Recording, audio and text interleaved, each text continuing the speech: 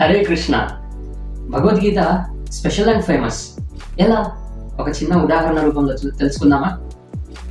వేదాలు అనేవి ఒక దట్టమైన అడవితో పోల్చుకున్నప్పుడు ఆ అడవిలో వంకలు, వాగులు, చెరువులు, కొండలు, కోనలు, చెట్లు, చేమలు, జంతువులు ఎన్నో ఉంటాయి. అందులో ఉపనిషత్తులు అన్నవి సుగంధభరితమైనటువంటి అందమైనటువంటి పూలు అన్నమాట. మనందరి కోసం దేవాది దేవుడైనటువంటి శ్రీకృష్ణ భగవానుడు అటువంటి సుగంధభరితమైనటువంటి అందమైనటువంటి పువ్వులతో ఏరి మరి ఒక అద్భుతమైనటువంటి పూలమాలను తయారు చేశారన్నమాట. ఆ పూలమాలే భగవద్గీతతో పోలుస్తున్నాం.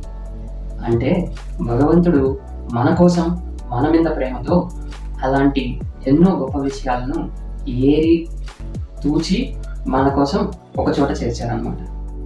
కాబట్టి భగవద్గీత అన్నది అన్ని వేదాలకి సారం. హరే కృష్ణ.